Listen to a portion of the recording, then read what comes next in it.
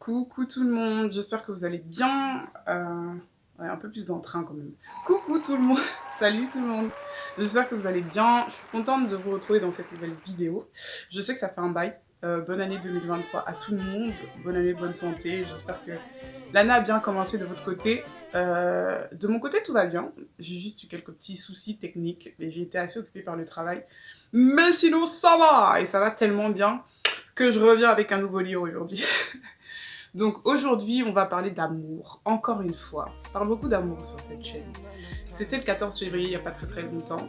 Donc pourquoi ne pas parler d'amour? Et aujourd'hui, je vous propose les 5 langages pour trouver l'amour, le secret qui va révolutionner vos relations. Un livre qui a été écrit par Gary Chapman. Certains ont déjà peut-être entendu parler de ce livre parce que de base, il avait été écrit pour les couples. Et qu'à un moment donné, les célibataires ont dit bon, écoute, nous aussi on veut un livre. Donc au final, il a écrit un livre pour les célibataires. Et c'est un livre qui se décline en plusieurs tomes. Tu as les langages de l'amour pour les hommes, tu as les langages de l'amour pour améliorer les relations parents-enfants. Donc voilà, c'est vraiment amour avec grand A. Donc Gary Chapman, c'est qui? Très bonne question. Avant d'aller plus loin, likez la vidéo, partagez, mettez des commentaires, dites-moi si vous connaissez Gary Chapman, si vous avez déjà entendu parler des 5 langages de l'amour ou pas. Avant qu'on aille plus loin, partagez, commentez, likez. Je serai la plus tendre. Gary Chapman, en fait, c'est un auteur américain, c'est un conférencier, c'est un pasteur, c'est un conseiller matrimonial. Donc c'est une personne qui est passionnée par les gens et qui accompagne au quotidien des couples et des célibataires dans leur quête de l'amour. C'est aussi quelqu'un qui est spécialisé dans tout ce qui est famille, donc relations, parents, enfants, et tout ce qui va avec. Donc si je vous dis... Si... Ça a commencé... Ça a commencé... Hey, hey, reprends-toi. Donc si je vous dis Uziawawa, Anzigue, qu'est-ce que vous me répondez? Bon, ceux qui parlent le Mujumba vont comprendre ce que je dis et pouvoir répondre, mais ceux qui parlent pas cette langue ne comprendront absolument rien. Pourquoi? Tout simplement parce que je suis en train de leur parler un langage qu'ils ne comprennent pas. Et en ce qui concerne l'amour, c'est exactement pareil. Donc Gary Chapman, dans son livre, nous explique qu'il y a 5 langages de l'amour, donc 5 langages, 5 façons d'exprimer son amour. Et lorsqu'on ne connaît pas le langage d'amour de la personne qui est en face de nous, donc le langage qui lui permet de se sentir aimé, le besoin de se sentir aimé qui est le désir le plus profond de tout être humain, bah les relations sont un petit peu compliquées. Donc en parlant de relations, il commence son livre avec quelque chose de très très intéressant, à savoir l'amour. Donc il classe l'amour en 2 grandes parties, ou alors il dit que dans les relations, il y a 2 grandes étapes à l'amour. Et ceux qui ont déjà été en relation, je pense que vous allez vous identifier un peu à ce que je suis en train de dire. Donc la première étape, c'est ce qu'il appelle l'amour-obsession. C'est l'amour passionnel. Hey, c'est l'amour où même, mon frère, yes. On a des étoiles dans les yeux, la personne en face de nous nous apparaît de façon parfaite, elle fait tout ce qu'on veut, on aime tout chez elle, au point où on fait fi des différences qui pourraient éventuellement exister entre nous. Donc c'est un amour obsessionnel où voilà, chaque partenaire se laisse emporter par la passion. Et voilà, c'est un amour qui n'est pas très très réaliste. C'est un amour idéalisé. Et voilà quoi, c'est la phase où on a des papillons dans le ventre, on n'a pas besoin de faire des efforts, voilà, tout est parfait. Et cette phase de l'amour-obsession dure à peu près, allez, 2 ans en moyenne. Et après la phase de l'amour-obsession, il y a la phase de ce qu'il appelle l'amour conscient. Donc c'est-à-dire que le rêve s'arrête en fait. On revient sur Terre. Ah, Seigneur, le téléphérique descend, on revient sur Terre. On est un peu, voilà, un peu bousculé de son petit nuage. La bulle dans laquelle on était explose et on se rend compte des réalités de la vie, quoi. Mais C'est-à-dire que le gars ne parlait pas. Avant, je trouvais ça mignon parce que je me disais qu'il avait le sens de l'écoute et qu'il était réservé. Mais aujourd'hui, je me rends compte qu'il n'a pas de conversation. Donc voilà, c'est un amour conscient. C'est l'amour où on est conscient des différences qui existent entre nous et la personne en face de nous. Et à ce moment-là, en fait, on a le choix. Soit on se barre et on se dit, You're not the one for me, you're not Mr. Right, bro, I'm out. Soit on essaye de travailler la relation. Donc là, l'amour, il est conscient parce que c'est un choix. On se dit, ok, je connais cette personne, je fais le choix en fait de continuer avec elle. Et c'est un amour qui mérite des efforts. Il faut travailler, il faut faire les choses de façon intentionnelle pour pouvoir bâtir une relation qui va durer sur le temps. Donc, cet amour conscient-là, pour qu'il puisse durer des années et des années, et pour qu'on puisse pour qu'on puisse aussi dire ils vécurent heureux et eurent beaucoup d'enfants, bah, il a besoin de la compréhension de tout ce qui est langage de l'amour.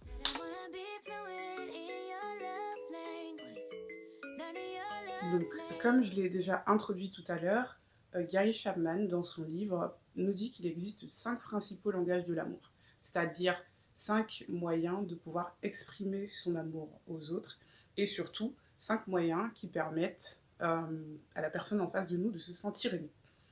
Donc le premier langage de l'amour s'appelle, c'est le langage des paroles valorisantes. Donc les paroles valorisantes. Certaines personnes se sentent aimées lorsqu'on leur dit des compliments, lorsqu'on leur dit des paroles affectueuses, lorsqu'on les encourage. Oh waouh, j'aime beaucoup ta nouvelle paire de chaussures. Waouh, tu as l'air ravissant aujourd'hui. Voilà, certaines personnes se sentent aimées lorsqu'on les remplit de ces paroles positives. Il ne faut pas oublier que la vie et la mort sont au pouvoir de la langue. Donc il faut faire très très attention à ce qu'on dit et savoir aussi que certaines personnes, enfin les personnes qui ont pour langage de l'amour les paroles valorisantes, se sentent particulièrement blessées lorsqu'on leur dit des paroles négatives. Donc voilà, les paroles valorisantes sont très très importantes et peuvent être le moyen pour pouvoir aider une personne, enfin aider, donner de l'amour à une personne qui est en face de nous. C'est un langage très très important. En encourageant quelqu'un, tu peux l'aider à accomplir ses rêves. Et puis il y a toujours cette histoire de cercle vertueux où plus tu dis des paroles positives à quelqu'un, plus il intègre ce que tu dis et plus voilà, la boucle de positivité s'enclenche et voilà. En tout cas, faire très très attention et à ce qu'on dit et pouvoir élever les personnes à travers les paroles qui sortent de notre bouche. Le deuxième langage de l'amour, ce sont les cadeaux. Voilà. Il y a certaines personnes qui se sentent aimées lorsqu'on leur offre des cadeaux. Bon, après, quand on dit cadeau, voilà, quoi. La personne ne s'attend pas forcément à ce qu'on lui offre un sac Gucci. Le cadeau, ce qui compte, c'est pas tant le prix, mais c'est ce que ça représente. Pour la personne qui est en face de nous, c'est des petites attentions. Ça peut être, je sais pas moi, un post-it avec écrit quelque chose de gentil dessus. Ça peut être un dessin, tu vois, généralement quand les enfants sont à l'école et qu'ils font du bricolage, ils ramènent des dessins ou des trucs qui n'ont pas forcément de sens à leurs parents, mais c'est des choses qui peuvent toucher les parents qui ont pour langage de l'amour les cadeaux. Donc voilà, certaines personnes se sentent aimées lorsqu'on leur offre des cadeaux, et parce que la symbolique qu'il y a derrière leur signifie je t'aime. Et ça, c'est très très important. Le troisième langage de l'amour, c'est les moments de qualité. Donc certaines personnes se sentent aimées lorsqu'elles passent des moments de qualité avec les personnes qui leur sont chères. Ça n'a pas besoin d'être une sortie extra. Ça peut juste être une petite balade dans le parc. Ça peut juste être, je sais pas, ton partenaire et toi en train de passer du temps en regardant Netflix.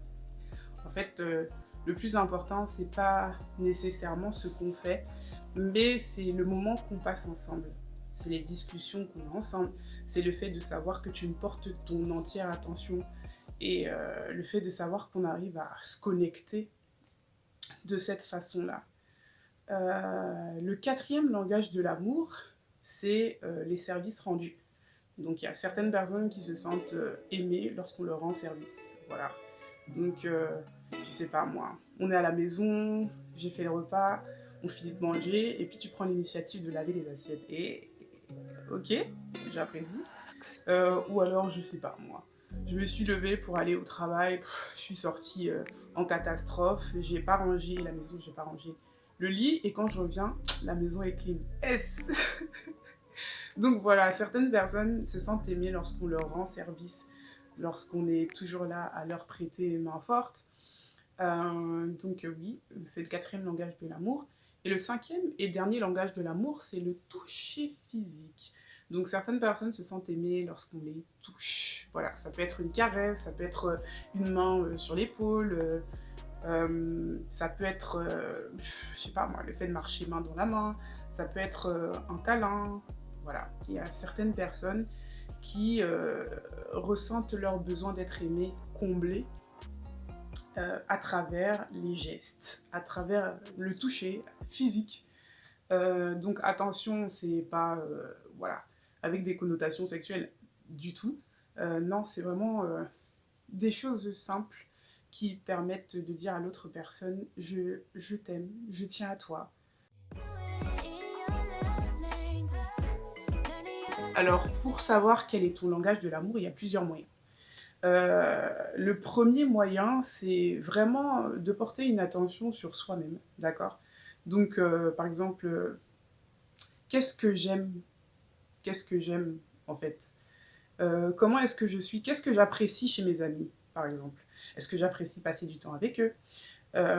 Est-ce que, euh, waouh, en regardant ce livre, je suis tellement contente parce que c'est un livre que ma meilleure amie m'a offert. Et du coup, bah, ça a une valeur spéciale à mon cœur. Je sais pas en fait, quel genre de personne êtes-vous? Est-ce que vous portez une attention particulière aux cadeaux qu'on vous offre? Est-ce que euh, vous êtes énervé quand votre petite sœur se lève le matin et part, je sais pas moi, sans faire la vaisselle? Est-ce que euh, vous vous sentez parfois délaissé ou vous êtes senti délaissé par vos parents parce que quand vous étiez petit, ils vous ont pas fait de câlin? Essayez d'analyser votre comportement, de savoir quel genre de personne vous êtes, ce que vous aimez dans telle ou telle relation, avec un ami, avec un frère, avec un proche, ou ce que, au contraire, vous n'aimez pas. Et ce qui est bien aussi dans le livre, si jamais vous l'achetez, c'est qu'il y a un test où on vous pose des questions. Voilà. Euh, et il y a des questions diverses, hein. Et la réponse aux questions, en fait, vous permet de savoir quel est votre langage de l'amour. C'est très très important pour les relations, autant les relations amoureuses que les relations amicales, que les relations familiales, pour pouvoir, voilà quoi, euh, bâtir une relation sur du rock, en sachant quelle est la façon dont on se sent, à travers laquelle on se sent aimé. Une autre façon de savoir aussi quel est son langage de l'amour, c'est de se poser la question de savoir quel est le langage de l'amour que je parle le plus, d'accord? Donc quel genre de personne est-ce que tu es? Est-ce que tu es le genre de personne qui va tenir à offrir des cadeaux absolument aux anniversaires, à Noël et pendant les grands événements? Est-ce que tu es le genre de personne qui est toujours chaude pour faire une activité spéciale avec tes potes ou avec tes frères et sœurs? Est-ce que tu es le genre de personne qui fait des câlins à tout va, à tout le monde, ou alors une personne super tactile qui est toujours là à mettre la main sur l'épaule, tenir la main de telle ou telle personne? Est-ce que tu es le genre de personne qui rend service? Est-ce que tu es le genre de personne à toujours encourager tes amis, à dire oui, tu peux le faire, non mais franchement, j'ai confiance en toi, ou à complimenter les gens? Parce que généralement, le langage de l'amour que l'on parle, c'est le langage de l'amour que l'on souhaiterait que les personnes nous parlent. La plupart du temps. C'est pas vrai dans tous les cas, mais la plupart du temps, c'est avéré. Donc une fois qu'on connaît notre langage de l'amour, ce qui serait intéressant pour améliorer nos relations aussi, c'est de chercher à connaître le langage de l'amour des personnes qui sont autour de nous. Donc une fois de plus, comment faire? Moi j'ai envie d'améliorer mes relations avec mon frère, j'ai envie d'améliorer mes relations avec mes parents, j'ai envie d'améliorer mes relations au travail par exemple, j'ai envie d'améliorer mes relations avec mes frères, avec mes amis. Euh, je sais que je peux améliorer ces relations-là si je prête attention à leur langage de l'amour en fait. Et comment faire pour déterminer leur langage de l'amour? Pareil, il faut essayer d'être observateur et de se poser la question, je sais pas. Hier, par exemple, je suis allée, je sais pas, dans un restaurant où je me suis pris un truc à emporter, je suis rentrée à la maison et mon frère était là. Et il s'est énervé parce que je lui avais pas ramené quelque chose. Voilà, peut-être que son langage de l'amour, c'est les cadeaux. C'est pas moi. Mon amie a fêté son anniversaire et j'ai pas pu venir et elle m'en veut de ne pas être venue. Alors peut-être que son langage de l'amour, c'est les moments de qualité. Tu vois, donc essayer un peu de, d'analyser toutes ces choses pour pouvoir tirer des conclusions sur les langages de l'amour de telle ou telle personne qui nous entoure. Euh, une autre façon de déceler le langage de l'amour de quelqu'un qui est autour de nous, c'est de parler les différents langages de l'amour. Donc, par exemple, sur une semaine. Donc, cette semaine, par exemple, je parle le langage de l'amour des cadeaux à ma sœur. D'accord? Donc, cette semaine, ce que je vais faire, c'est que je vais lui offrir des petits cadeaux, comme ci, comme ça, par-ci, par-là, pardon. Donc, je sais pas moi, ça peut être un tacos que je suis allée acheter à Auchan. Ça peut être quoi? Ça peut être, je sais pas moi, un bout de papier sur lequel il est écrit je sais pas quoi. Enfin, en tout cas, essayez d'être créatif. Je vais pas tout vous dire. Et puis la semaine d'après, tu essayes de parler le langage des moments de qualité avec la personne. Donc, avec ta sœur ou avec ton frère, vous allez au cinéma. Avec ton partenaire, voilà, tu lui proposes une petite sortie dans le parc. Et tu vois un peu comment est-ce que la personne réagit lorsque tu lui parles tel ou tel langage. Ça va te permettre de savoir quel est le moyen par lequel la personne en face de toi se sent aimée. Et voilà quoi, ça va te permettre d'améliorer un peu vos relations. Donc voilà, ou alors, une fois de plus, tu achètes le livre et tu fais passer le test à tes amis. Et moi, je fais la pub du livre aussi comme si c'était un placement de produit et pardon. Je ne reçois pas d'argent. Mais non, c'est vraiment un livre qui m'a plu. Maintenant, quelque chose que je voudrais préciser, c'est que chacun de nous ne parle pas juste un langage de l'amour. Hein. Enfin, le but, c'est pas de choisir. On parle tous un peu tous les langages de l'amour, mais à des degrés différents. Donc, il y a forcément ce qu'on appelle ton langage de l'amour primaire. Donc, c'est-à-dire, c'est celui qui te touche dans le cœur. Donc, quand on te parle le langage là, mon frère, tu te sens touché, tu dis oui, oui, oui. Les gars, c'est même. Donc voilà, il y a le langage de l'amour qui est celui qui te prend aux tripes, donc, qui est le langage à travers lequel tu te sens aimé. Mais tu peux tout autant te sentir, pas tout autant, tu peux aussi te sentir aimé lorsqu'on te parle les autres langages de l'amour, mais peut-être que le fait qu'on te parle ce langage de l'amour-là n'a pas autant d'impact que quand on te parle ton langage de l'amour primaire. Donc, voilou. Voilà, donc je pense que j'ai fait le tour. Comme je vous ai dit, ce livre, ok, il a été écrit pour les célibataires, mais en fait, c'est un livre qui parle d'amour avec grand A. C'est-à-dire qu'on transcende les relations amoureuses et on étend les langages de l'amour aux relations, à toutes nos relations en fait. Que ce soit les relations parents-enfants, un point qu'il aborde d'ailleurs dans le livre, que ce soit les relations avec des personnes de notre famille, que ce soit les relations avec des collègues de travail. Du coup, ouais, je trouve ça super intéressant. Et voilà, quand on donne des petits tips pour pouvoir améliorer ses relations. Et j'ai trouvé ça cool. Parce que personne ne vit en autarcie, on vit tous avec des personnes. Et même si c'est pas toujours évident de vivre avec ces personnes, on n'a pas trop le choix. Donc il faut bien trouver un moyen d'améliorer nos relations. Donc voilà, en tout cas je vous invite à lire le livre si vous en avez l'occasion. Dites-moi si vous avez appris quelque chose, dites-moi si vous avez essayé d'implémenter ces concepts-là, des langages de l'amour et de la connaissance de son langage, ou ses langages de l'amour et de ceux des personnes qui sont autour de vous dans votre vie. Dites-moi si voilà, ça va révolutionner vos relations ou pas. En tout cas, ça m'a fait très très plaisir de vous voir aujourd'hui et de vous parler. Ça faisait très très longtemps, je sais. J'espère que c'était assez clair, j'espère que ça va vous aider dans votre vie de tous les jours. On se retrouve bientôt, promis, Pinky Swear. Je vous promets qu'on se retrouve bientôt, je vais essayer de... Voilà, pas perdre trop de temps avant de sortir la prochaine vidéo. Et voilà quoi, en tout cas prenez soin de vous, prenez soin de vos proches comme d'habitude. Merci beaucoup d'avoir regardé la vidéo, comme d'habitude. Likez, partagez, commentez, mettez la cloche, activez la cloche. Non, ça fait tellement longtemps que je n'ai pas fait de vidéo que je ne sais même plus ce qu'on dit. Activez un peu la cloche de notification. Voilà. Voilà. Et puis, bah, on se voit la prochaine fois, quoi. Je vous fais de gros bisous. Ciao.